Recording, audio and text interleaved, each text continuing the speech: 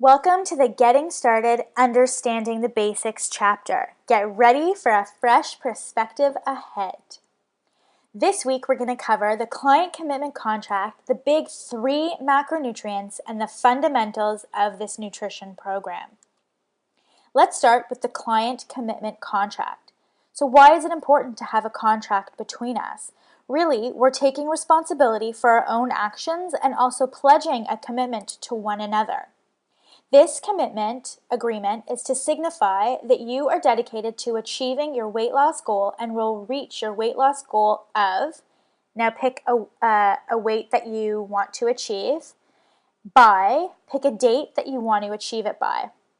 Stating your goal in such a measurable and accountable way will help to provide clarity and will allow both of us to share in the excitement when you've reached your goal. I agreed to provide you with your personalized nutrition plan based on the latest and most accurate nutrition research, and to present it to you in a way that is clear, easy to understand, and implement. I agreed to answer your questions via email in a timely manner. My pledge to you, I will encourage you to believe in yourself, and I will constantly remind you of your full potential so that your confidence grows and you flourish as a person. We will work together to identify your goals, and I will help you to stay on track as you strive towards them. And finally, I will believe in you 100% and will take you and your goals seriously. Your responsibility to me. As a participant of this program, I agree to attend all scheduled consultations and/or seminars, either in person or online. I understand that if I have to cancel a scheduled appointment, I must provide a minimum 24 hours notice. If I'm unable to provide 24 hours notice, I understand I will be charged for that appointment if a charge is applicable. I agree to be on time and ready to learn how to improve my current lifestyle. I will complete and hand in my weekly food journal. I am committed to reaching my goal of state the number of pounds you want to lose, by following this program. I agree to be proactive and to pre-plan my meals and snacks. I will honor my decision to lose X pounds, state the number again, and to become a happier and healthier person. Moving on to the big 3 macronutrients. So let's start with metabolism. What is metabolism? It's the process that converts energy, calories, from food and/or stored energy from either fat or glycogen into a usable type of fuel for your body. A byproduct of conversion is heat, and that heat is created because it's important as our bodies warm up, we burn calories. What's resting metabolism? The amount of energy, calories, it takes at rest in a neutral temperature environment while your digestive system is inactive to sustain daily life without activity.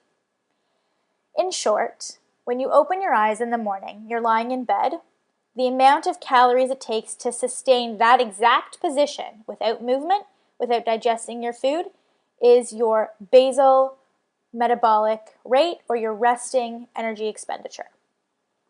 A person's resting metabolism decreases with age and with a loss of lean body mass. That's also known as muscle mass. When one consumes more calories than their resting metabolism, their weight increases. The big 3 macronutrients refer to carbohydrates, protein, and fat.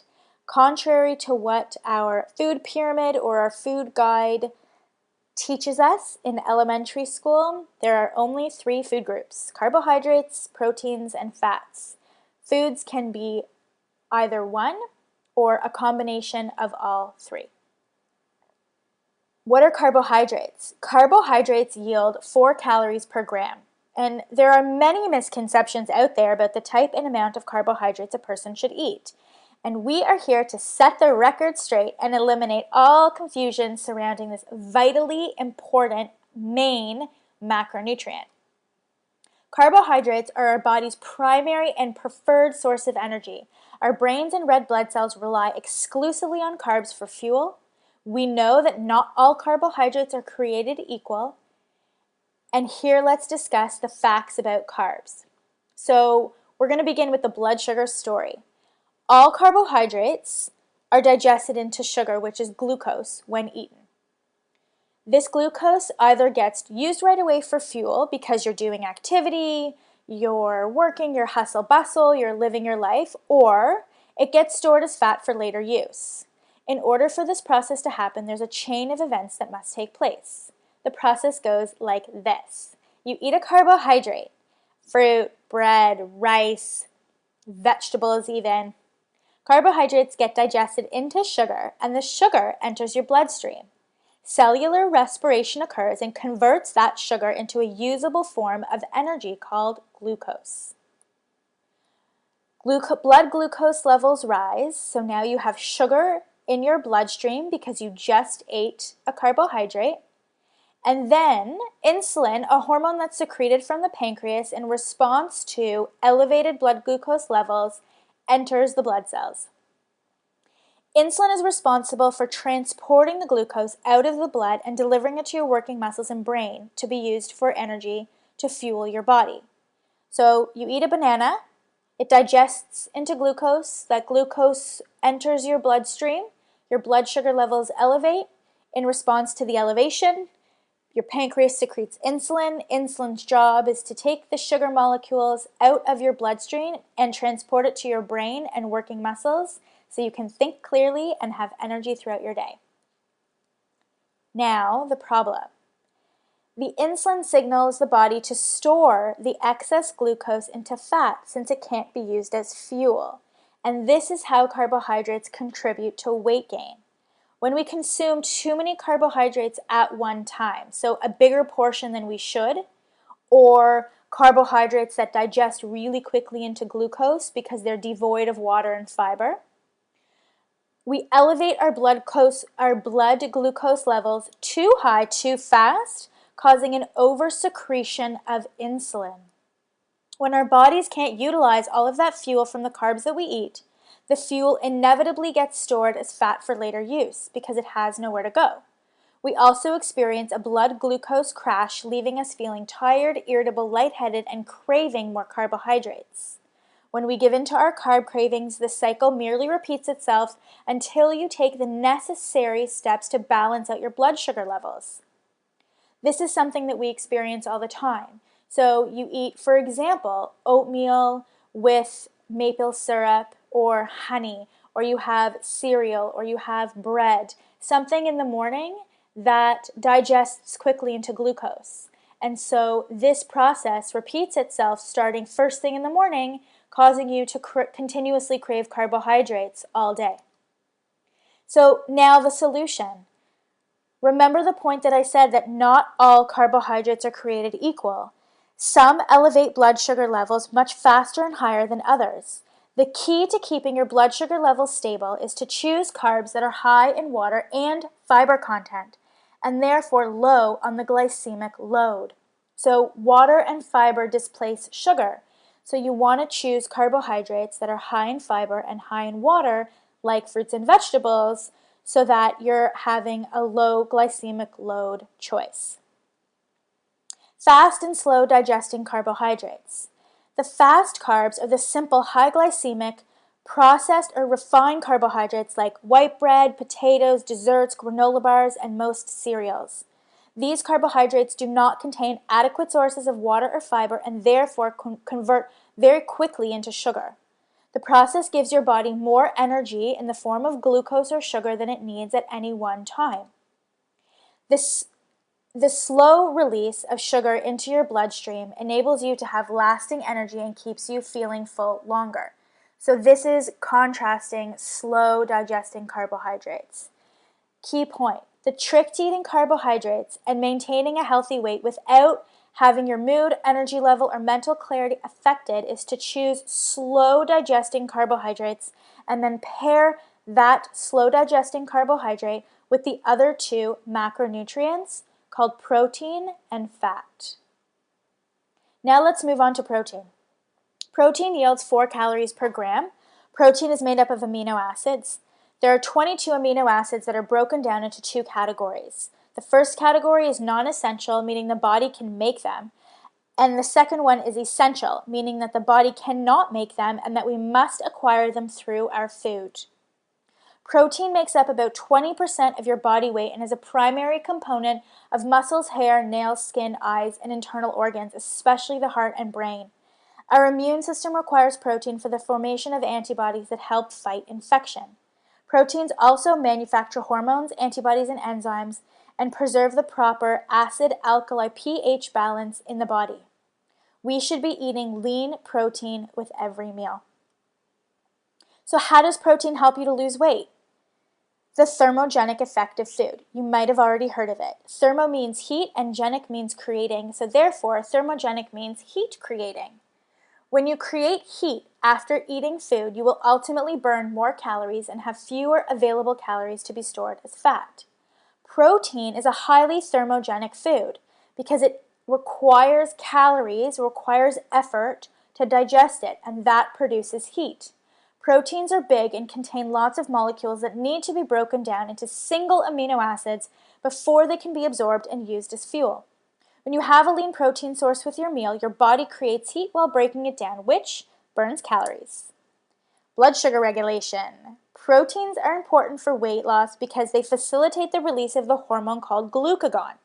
This hormone actually has the opposite effect to insulin, and glucagon helps to regulate blood sugar by slowing down the speed of the carbohydrate turning into sugar in your blood, which is why I recommend pairing a low glycemic load carbohydrate with a protein at your meals.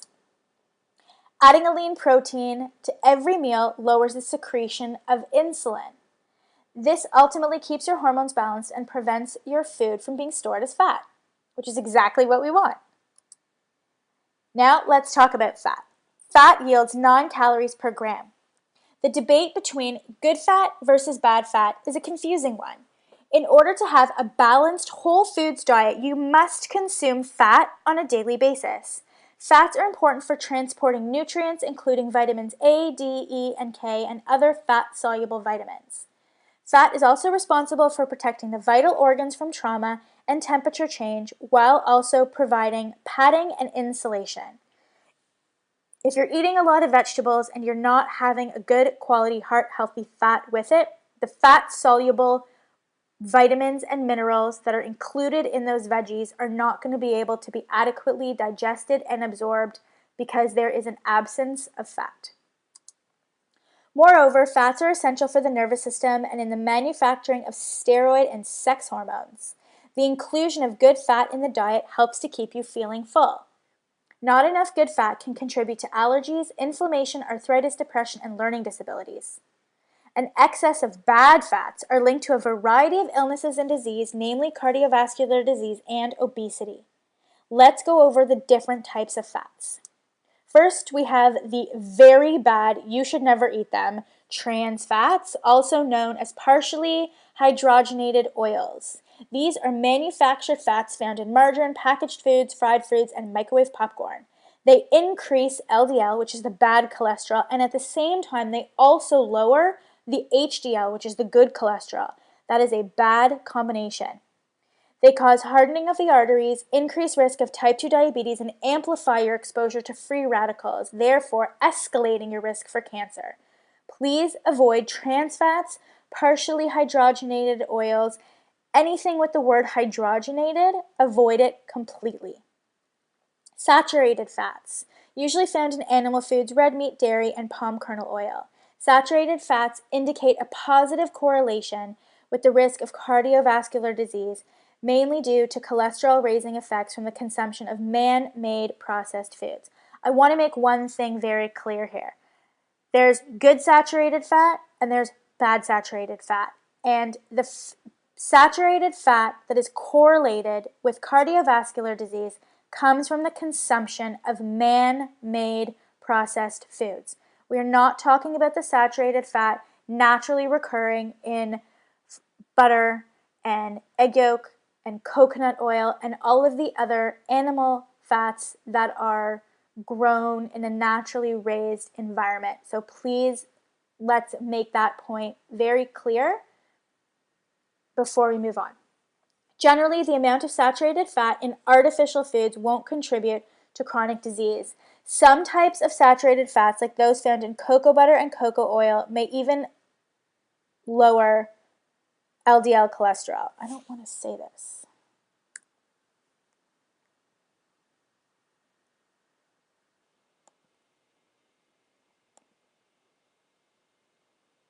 Saturated fats, usually found in animal foods, red meat, dairy, palm kernel oil.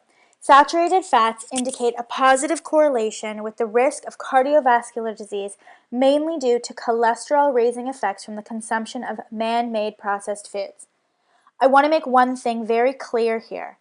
There are different kinds of saturated fats, and the ones that are positively correlated with the risk of cardiovascular disease, mainly due to cholesterol-raising effects, are from the consumption of man-made processed foods. We are not talking about the saturated fats naturally recurring in things like butter, egg yolks, coconut oil, cacao, red meat.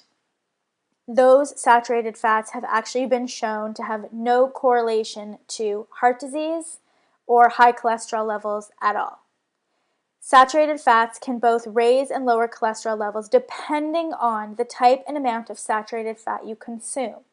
When choosing saturated fats, ensure they are unprocessed from a whole food source. Polyunsaturated fats, otherwise known as PUFAs. They are found in most vegetable oils, corn, safflower, sunflower, and soybean oil. They lower your bad cholesterol, and they may also lower the good cholesterols. PUFAs are inflammatory, meaning they create inflammation in your body. They are mostly a source of omega-6 fatty acids. They're okay to eat as long as you don't have too much, except in our society, these PUFAs, or polyunsaturated fats, namely vegetable oil and safflower oil, soybean oil, and sunflower oil, are inserted into almost every oil-based food that we have. Salad dressings, mayonnaise, processed foods. So we have an overabundance of PUFAs in our diet, creating an imbalance of omega-6 to omega-3 fatty acids, causing inflammation. It is now coming out that this overabundance of omega-6 PUFA inflammatory oils is correlated with cardiovascular disease. So please take care to avoid having vegetable oils in your diet. Monounsaturated fats. These are considered to be the good fats, found in olive oil, canola oil, peanuts, and avocado. They may lower the LDL but do not affect the HDLs. Now, all of this being equal, it really does depend on the quality of the monounsaturated fat that you're buying. So there's different qualities of olive oil. It's best to use extra virgin cold pressed olive oil. Essential fatty acids, EFAs, omega-3 and omega-6. EFAs from food are essential as your body cannot make them. There are two types of EFAs, omega-6, linoleic acid, and omega-3, linolenic acid.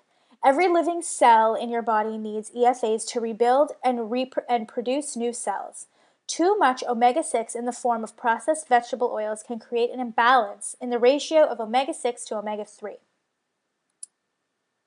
Omega-3 and omega-6 need to be kept in a 1-to-1 ratio balance for optimal health. Only omega-3s can contain EPA and DHA, which are vital for your brain and cardiovascular health. Omega-3s are found in fish oil supplements, flaxseed oil, deep water fish, walnuts, and walnut oil. Now let's move on to the fundamentals of success. The fundamentals are the first step to building a solid nutrition plan, and once you've integrated these 5 fundamentals into your daily nutrition routine, you can start to individualize your nutrition plan. These fundamentals need to be followed and practiced at every meal, every day. Upon beginning this life-changing process, we recommend that you add 1 or 2 fundamentals to focus on for at least 2 weeks. After they become more comfortable part of your eating routine, add one more fundamental, and so on.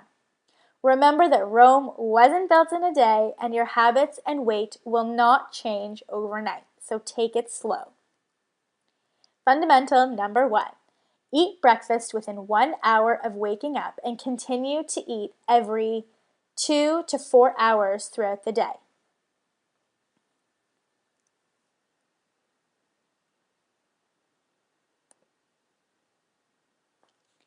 Fundamental number 1. Eat breakfast within 1 hour of waking up and continue to eat every 3 to 4 hours throughout the day. It is true that breakfast is the most important meal of the day, so consuming a balanced breakfast helps to regulate your blood sugar and keep you feeling full throughout the day. When you skip breakfast, your blood sugar levels drop, and when this happens, you're more likely to consume higher glycemic carbohydrates throughout the day. This perpetuates the blood sugar highs and lows, causing you to crave more sugar and thus gain more weight. Consuming a meal or snack every 3 to 4 hours is the best way to stimulate your metabolism and balance your blood sugar cravings.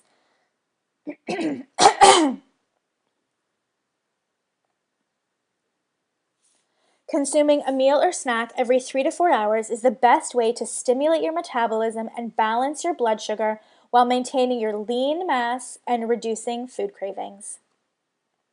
So, how many times a day should you be eating? The answer to this differs for everyone because it really does depend on how long you're awake for.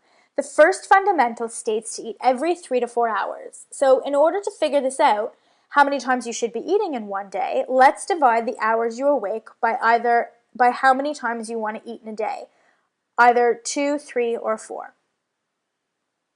For example, you are awake for 16 hours a day, from 6 a.m. until 10 p.m. If you eat every 3 hours, that's about 5.5 meals per day. Meal times are as follows: breakfast 7, snack 10, lunch between 12 and 1, snack between 3 and 4, and dinner at 6. A good rule of thumb is to eat 5 meals per day. This may also have to be adjusted depending on your goals or if you're not seeing the desired results.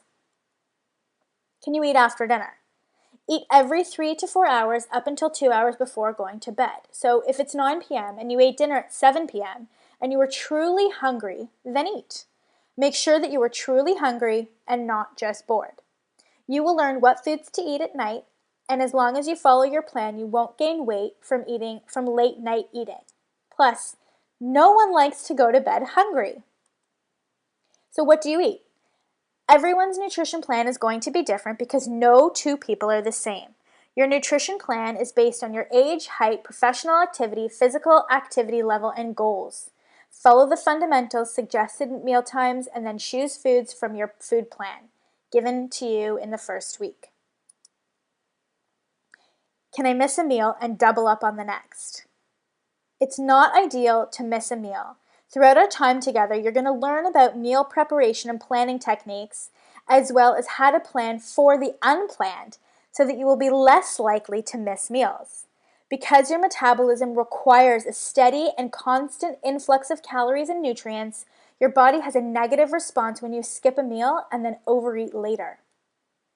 If you double up on the next meal, your body will use only the calories it needs at that given time and will usually store the rest of the calories as fat for later use. So the problem is, when you don't use those calories later because you're sitting on the couch, because you're tired, because you just ate a big meal, it's going to get stored as fat. On special occasions or dinners out, organize your day accordingly. For example, if you're going out for Italian food, save your grain for dinner and make sure that you get a workout that day. Fundamental number 2. Consume vegetables and or fruits with all meals and snacks. Vegetables are generally unlimited, so just fill up on them. They're high in fiber, low calorie, and nutrient dense. The more colorful, the better. Fundamental number 3. Consume very lean protein choices. Protein is essential for stimulating your metabolism, maintaining and building lean muscle, and helping to keep you feeling full and alert. Protein is not just limited to lunch or dinner. You can also have protein as a snack if that suits you better. You want to choose very lean or lean proteins. Fundamental number 4. Include healthy fats daily. 20 to 40% of your daily caloric intake should come from fat. The type of fat you choose is extremely important. However, I am not telling you to go out and eat mass amounts of full fat cheese. Go back and read the big 3 macronutrients to learn all about the different kinds of fats. You want to have a balance between saturated, monounsaturated, and polyunsaturated fats. When properly balanced with the other types of fats, saturated fat isn't the evil it's made out to be. Your nutrition plan clearly outlines all of your available fat choices. As a side note, your personalized plan may also include supplement suggestions. We suggest clients use an omega-3 fish oil supplement. Keep in mind that these supplements don't count towards your fat servings for the day. Fundamental 5. Schedule 2 to 3 hours per week for food planning and preparation. If you don't schedule your snack and meal time by actually marking it on your schedule, it will most likely not get done. How can something be a priority for you if it's not included in your schedule? 2 to 3 hours might seem like a long time, but if you break it up over the course of the week, it definitely becomes more manageable. Over the course and our time together, you're going to learn tips and strategies for planning and preparing your meals and snacks. Remember, anything worth achieving takes effort. This is not a quick fix nor a diet that you go on and off of. We will teach you how to change your lifestyle and your goals, but you have to do the work to put these steps into place.